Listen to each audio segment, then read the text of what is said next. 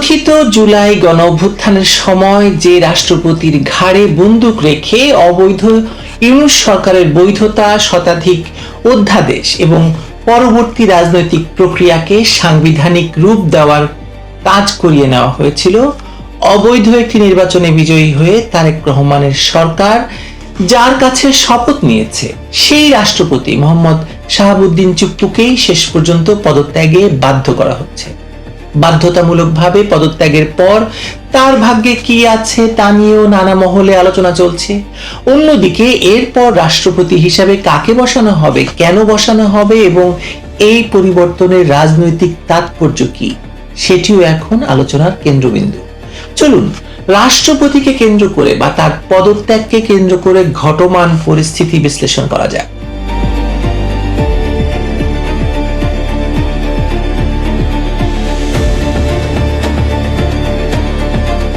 প্রথমেই বলে রাখা ভালো, এই বিশ্লেষণ তৈরির সময় পর্যন্ত বঙ্গভবন কিংবা সরকারের পক্ষ থেকে রাষ্ট্রপতির পদত্যাগের আনুষ্ঠানিক ঘোষণা আসেনি, কিন্তু বিশ্বস্ত সূত্র বলতে পারেন কিংবা এমন একজন ব্যক্তি নিশ্চিত করেছেন, যিনি নিশ্চিত করা মানেই হচ্ছে তিনি পদত্যাগ করেছেন।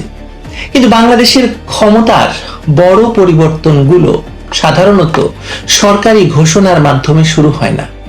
আগে গুঞ্জন ছড়ানো হয়, তারপর পরিস্থিতি তৈরি করা হয়, সংশ্লিষ্ট ব্যক্তিকে বিচ্ছিন্ন করা হয় এবং শেষে স্বাস্থ্যগত কিংবা ব্যক্তিগত কারণ দেখিয়ে পূর্ব নির্ধারিত সিদ্ধান্ত ঘোষণা করা হয়।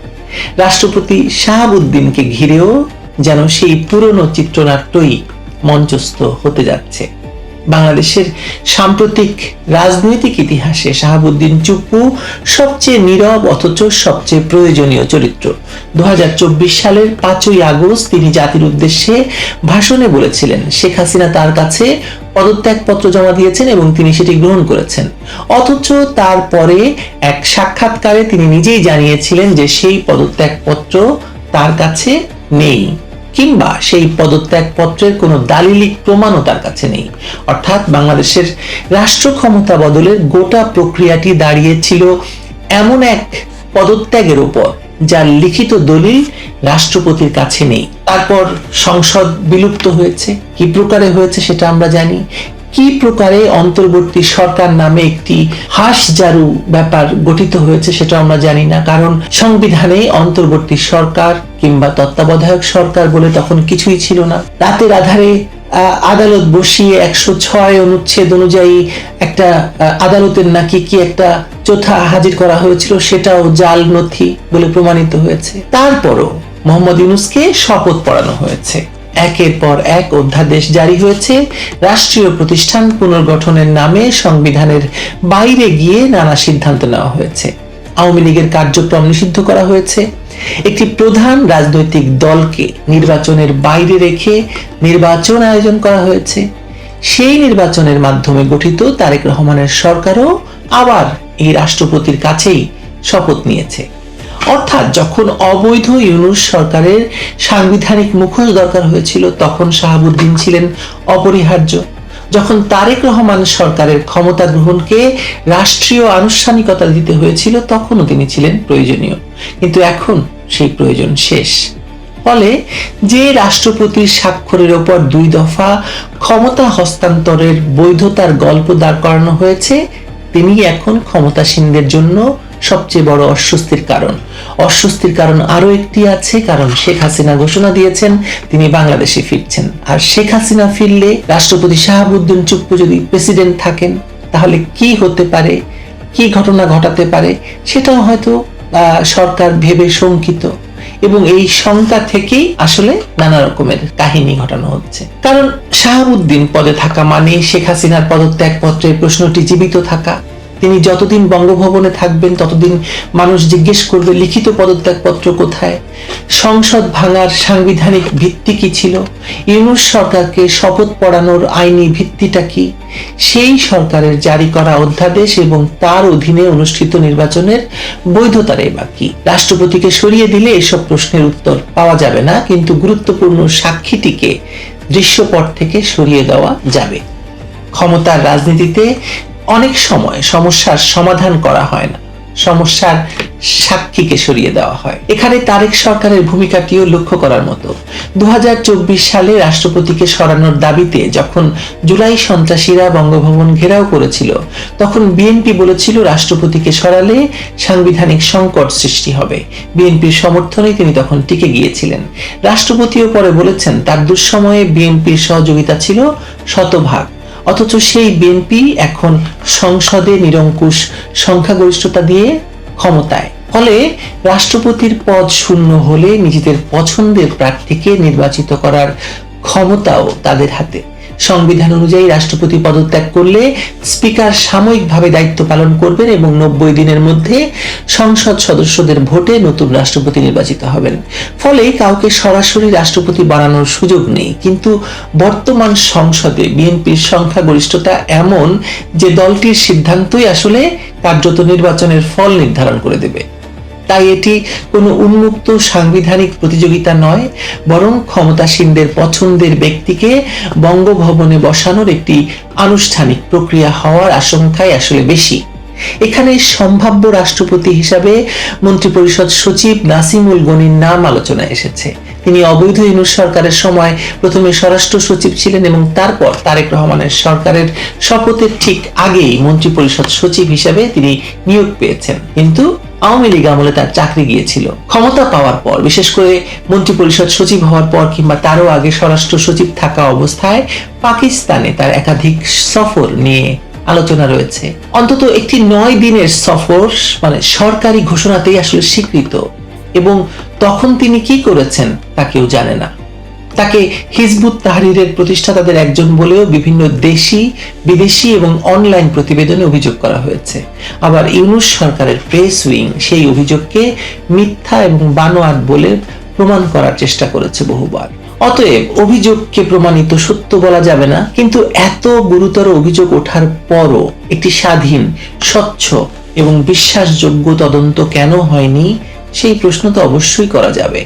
একইভাবে পাকিস্তানের সামরিক এবং গোয়েন্দা প্রতিষ্ঠানের সঙ্গে তার কথিত ঘনিষ্ঠতা, গোপন সফর কিংবা পাকিস্তানের সেনা প্রধানের কাছ থেকে সামরিক স্মারক গ্রহণের দাবিগুলোর নির্ভরযোগ্য প্রমাণ প্রকাশ্যে নেই। কিন্তু এসব তথ্য তো ঘুরছে। এসব তথ্য যাচাই না করে সত্য হিসাবে প্রচার করা দায়িত্বশীল হবে না আমার জন্য। কিন্তু এমন একজন বিতর্কিত আমলার নাম রাষ্ট্রপতি হিসাবে বাজারে কেন ছাড়া হলো, সেটি বড় রাজনৈতিক প্রশ্ন। কারণ বিএনপিতে কি আর কেউ নেই রাষ্ট্রপতি হওয়ার মতো? মির্জা ফখরুল ইসলামের নাম আমরা শুনেছি এতদিন, মোশাররফ হোসেন ওনার নাম শুনেছি এতদিনের, কিন্তু সবাইকে বাদ দিয়ে হঠাৎ কেন নাসিমুল গনি? আসলে নাসিমুল গনি, রজার খলিল এরা তো আওয়ামী লীগ সরকারকে হটিয়ে ইউনূসের ক্ষমতা দখল এবং তারেক রহমানের ক্ষমতায় বসার পথ পরিষ্কার করেছেন। ফলে ওই যে মুচলেকার কথা প্রায়ই বলি, এখানেও মুচলেকা তথ্য সত্য হতে পারে। নাসিমুল গনিকে সত্যি যদি রাষ্ট্রপতি করা হয়, তাহলে তা হবে নির্বাচিত রাজনৈতিক নেতৃত্বের উপর আমলাতান্ত্রিক নিয়ন্ত্রণকে স্থায়ী করার একটি চেষ্টা। তারেক রহমান প্রধানমন্ত্রী থাকবেন, সংসদ থাকবে, মন্ত্রিসভা থাকবে, কিন্তু রাষ্ট্রের সর্বোচ্চ সাংবিধানিক পদে বসবেন এমন একজন আমলা যিনি ইউনূস আমলের নিরাপত্তা এবং প্রশাসনিক কাঠামোর গুরুত্বপূর্ণ অংশ ছিলেন। এর অর্থ দাঁড়াবে ইউনূস সরকার বিদায় নিলেও ইউনূস সরকারের রাষ্ট্রীয় নেটওয়ার্ক বঙ্গভবনে গিয়ে আশ্রয় নেবে। তবে এর মধ্যে আরো গুজব ছড়িয়েছে, ইউনূসকেও রাষ্ট্রপতি করা হতে পারে, এরকম কথাও শোনা যাচ্ছে। আশ্চর্য হওয়ার কিচ্ছু থাকবে না যদি দেখেন যে ইউনূসও রাষ্ট্রপতি হয়ে গেছেন। আর এসবের সঙ্গে যদি পাকিস্তানমুখী নিরাপত্তা সহযোগিতা, জামায়াত ইসলামের রাজনৈতিক উত্থান, প্রশাসনের ভেতরে ইসলামপন্থী শক্তির প্রভাব এবং সেনা, আমলা, ধর্মভিত্তিক রাজনৈতিক শক্তির সমন্বয়কে যোগ করি, তাহলে একটি বিপজ্জনক ছবি আমাদের সামনে আসে। সেটি পাকিস্তানের মতো মোল্লা, মিলিটারি এবং আমলাতন্ত্রের যৌথ শাসন ব্যবস্থা, যেখানে নির্বাচন থাকে, সংসদও থাকে, রাজনৈতিক সরকারও থাকে, কিন্তু ক্ষমতার প্রকৃত নিয়ন্ত্রণ থাকে নির্বাচনের বাইরের একটি সমন্বিত গোষ্ঠীর উপর। Allah, army and America, Pakistan based on 3 A's। বাংলাদেশকেও সেই পথে নিচ্ছে কিনা কে জানে। এখানে আল্লাহ বলতে ধর্মভিত্তিক দলগুলোকে বোঝানো হয়েছে। তবে বাংলাদেশের বাস্তবতা সম্পর্কে সিদ্ধান্তে পৌঁছতে হলে অভিযোগ নয়, প্রমাণ দরকার। তাই সরকারকে স্পষ্ট বলতে হবে রাষ্ট্রপতি কি পদত্যাগ করেছেন, তাকে কি স্বাস্থ্যগত কারণ দেখিয়ে সরে যেতে বলা হয়েছে, সম্ভাব্য উত্তরসূরি হিসাবে নাসিমুল গনির নাম কে প্রস্তাব করেছে, রাষ্ট্রপতি নির্বাচনে বিএনপির দলীয় সিদ্ধান্ত কি, বিএনপিতে কি এমন কেউ নেই যে রাষ্ট্রপতি হতে পারে, এবং সবচেয়ে গুরুত্বপূর্ণ প্রশ্ন, রাষ্ট্রের সর্বোচ্চ সাংবিধানিক পদে বসানোর আগে সম্ভাব্য প্রার্থীর বিরুদ্ধে ওঠা অভিযোগগুলোর নিরপেক্ষ যাচাই হবে কিনা। শাহাবুদ্দিন চুপ্পুর রাজনৈতিক পরিণতি এক গভীর বিদ্রূপ। আওয়ামী লীগের মনোনয়নে রাষ্ট্রপতি হয়েছিলেন তিনি। শেখ হাসিনার সরকার পতনের পর সেই সরকারের পদত্যাগের সাক্ষী বানানো হয়েছিল তাকে। ইউনূস সরকারের বৈধতার সিলমোহর নেওয়া হয়েছিল তার কাছ থেকে। তারেক রহমানের সরকারও তার কাছ থেকেই শপথ নিল। আর এখন সব পক্ষের কাজ শেষ হওয়ার পর তাকেই বলা হচ্ছে আপনি অসুস্থ, আপনি ক্লান্ত, এবার ক্ষমা দেন, এবার চলে যান। রাষ্ট্রপতি বদলালেই অবশ্য ইতিহাস বদলাবে না। শেখ হাসিনার পদত্যাগ পত্রের প্রশ্ন থাকবে, সংসদ বিলুপ্তির বৈধতা নিয়ে প্রশ্ন থাকবে, ইউনূস সরকারের সাংবিধানিক ভিত্তি নিয়ে প্রশ্ন থাকবে। আর রাষ্ট্রপতি শাহাবুদ্দিন চুপ্পু তো বলেইছেন তিনি আইসিটি অ্যাক্টে যে অ্যামেন্ডমেন্ট তাতে তিনি সই করেননি, সুতরাং সেটা নিয়েও প্রশ্ন থাকবে। সেই সরকারের অধ্যাদেশ, আওয়ামী লীগের নিষিদ্ধকরণ, নির্বাচন এবং তারেক সরকারের ক্ষমতা গ্রহণ নিয়ে বড় বড় সব প্রশ্ন থেকে যাবে। কারণ ব্যক্তি সরিয়ে দলিলের অনুপস্থিতি মুছে ফেলা যায় না। রাষ্ট্রপতিকে দেশ থেকে সরানো গেলেও তার স্বাক্ষরে তৈরি রাজনৈতিক সংকট দেশের ইতিহাস থেকে সরানো যাবে না। বরং শাহাবুদ্দিন চুপ্পুর বিদায় প্রমাণ করবে যে বাংলাদেশে রাষ্ট্রপতির পদকে রাষ্ট্রের ধারাবাহিকতার প্রতীক নয়, ক্ষমতার প্রয়োজন মেটানোর একটি ব্যবহারযোগ্য সিলমোহরে পরিণত করা হয়েছিল। বিএনপির আমলে বদরুদ্দোজা চৌধুরীর রেল লাইন ধরে দৌড়ানোর সেই দৃশ্য কেউ ভুলে যায়নি, এবং তাকে অপমান করে বঙ্গভবন থেকে তাড়ানোর গল্প কেউ ভুলে যায়নি। বিএনপি এটা করবেই, কিন্তু ক্ষমতার সেই সিলমোহরের কালি শুকিয়ে গেলে সিলমোহরটিকেও যে ফেলে দেওয়া যায়, ফেলে দেওয়া হয়, এটা বিএনপি বারবার প্রমাণ করেছে, এবারও প্রমাণ করছে। প্রশ্ন হলো এরপর শাহাবুদ্দিন চুপ্পুর ভাগ্যে কি আছে? তাকে কি জুলাই সন্ত্রাসীদের দাবি অনুযায়ী তাকে আওয়ামী লীগের দোসর, ফ্যাসিবাদের দোসর বলে তাকেও অপমান করা হবে কিনা, সেটা কি তারেক রহমান নিশ্চিত করবেন যে এরকম কিছু করা হবে না এই বর্ষিয়ান মানুষটির সাথে? সে প্রশ্নটি আপনাদের সামনে রেখে বিদায় নিচ্ছি। নিশ্চয়ই এর মধ্যে আরো অনেক কিছু ঘটে যাবে, এ নিয়ে আরো অনেক কথা হবে। ভালো থাকবেন ততক্ষণ।